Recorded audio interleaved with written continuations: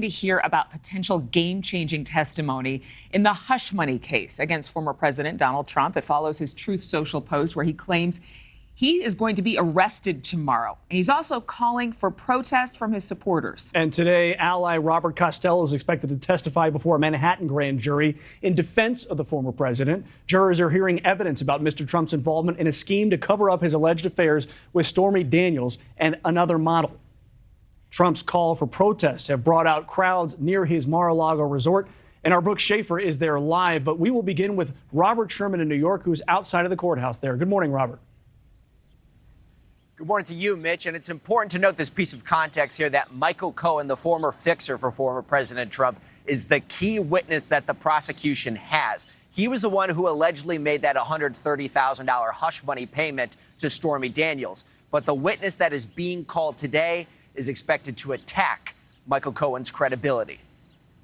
This morning, reports are swirling around Robert Costello, the former attorney for Rudy Giuliani and legal advisor to Michael Cohen, who in this case is the prosecution's star witness. Costello's testimony is expected to attempt to discredit Cohen. If needed and asked to do so, Michael Cohen says he will be at the courthouse as well to offer rebuttal testimony. The former president took aim at his former fixer last night, calling him a, quote, convicted felon, jailbird, and serial fake storyteller and liar, and describing this whole investigation as a, quote, witch hunt. Experts say they expect the top count against former President Trump to be falsifying business records in the first degree. The district attorney leading the charge against the former president is Alvin Bragg, who took office last year. Elected as a Democrat, he boasted time and time again on the campaign trail that he sued former President Trump over 100 times. Following former President Trump's call for protests over the looming indictment, Bragg sent out this internal note stating, quote, we do not tolerate attempts to intimidate our office or threaten the rule of law in New York,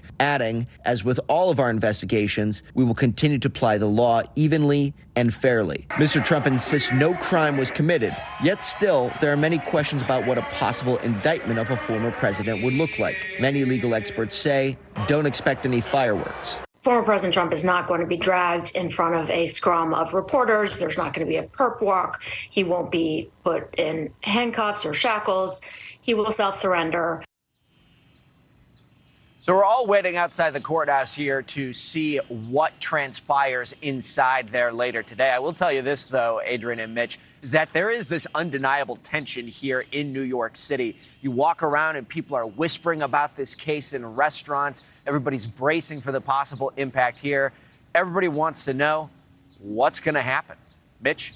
And so do we, Robert. Thank you for that. Thank you for watching. Go to newsnationnow.com to find NewsNation on your television provider. And don't forget to click the red subscribe button below to get more of NewsNation's fact-driven, unbiased coverage.